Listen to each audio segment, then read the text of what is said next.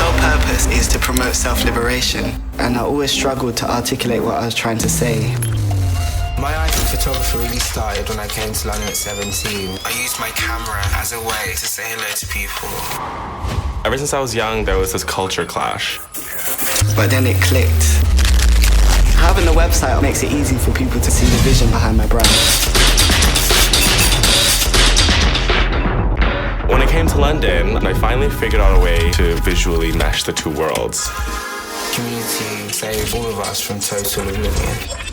A platform like Squarespace makes it easy for me to have a website which communicates my work. It was a great way to build my career by myself. I was able to tell my stories exactly how I wanted to. Setting up the Squarespace website really changed my life. We built the online store and we just keep growing. I love